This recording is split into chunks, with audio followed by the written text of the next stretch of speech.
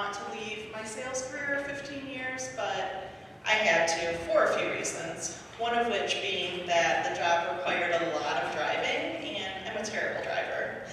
And I'm really sorry to women everywhere for perpetuating this horrible stereotype, but in my case, it really is true.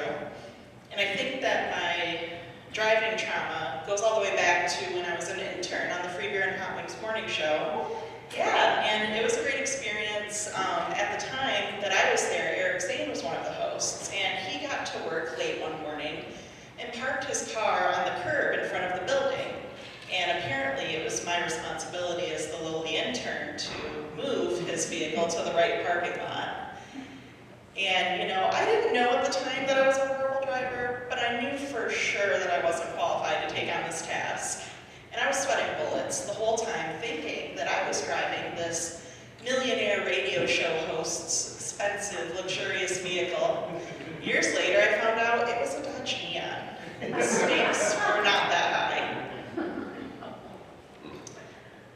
But during my time being micro-retired, I've been really trying to be a better homemaker, mother, wife, but I do worry that I'm falling short in a few ways.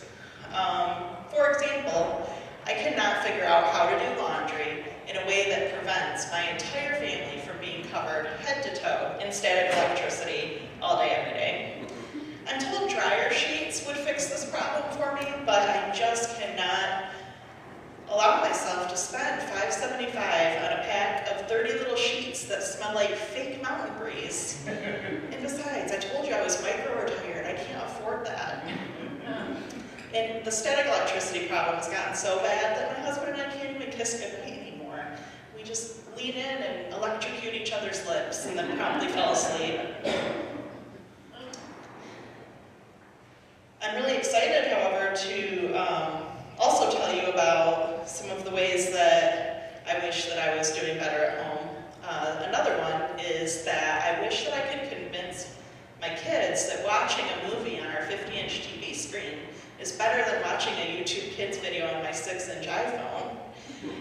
The other night, my family was watching Sonic 3, and halfway through the movie, I saw that my son was on a phone watching videos, and I thought, surely, if he's watching this video instead of Sonic 3, it must be pretty amazing. I mean, Sonic 3 is Jim Carrey's magnum opus.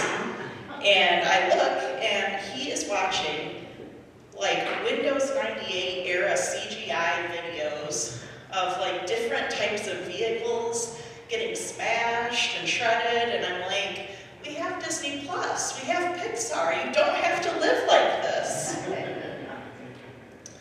So micro-retirement's been great, but actually I'm excited to share that I am officially un-micro-retired, coming out of micro-retirement, if you will.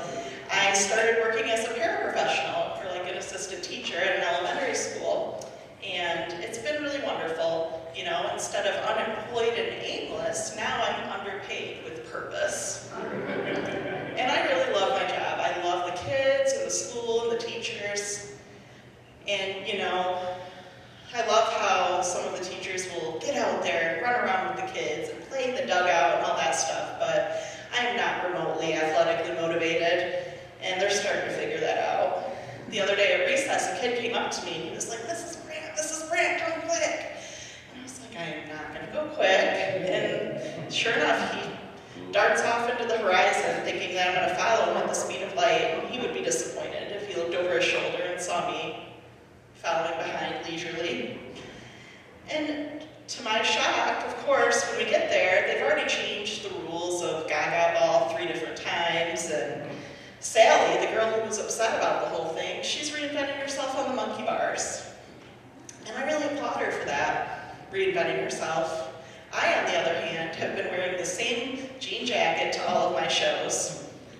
And I really love this jacket because it reminds me a lot of the 90s, and my inspiration for this jacket was Lizzie McGuire. And I don't know if any of you remember that show, but she was fashion goals. She wore jean jackets all the time and bandanas.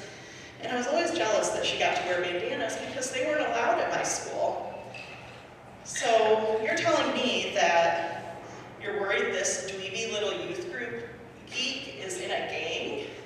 You're telling me I can't wear the tie-dye bandana that I got from Christian Science summer camp in Holland, but Lizzie McGuire can wear red, blue, gold bandanas any day she wants, living 48 miles from Compton?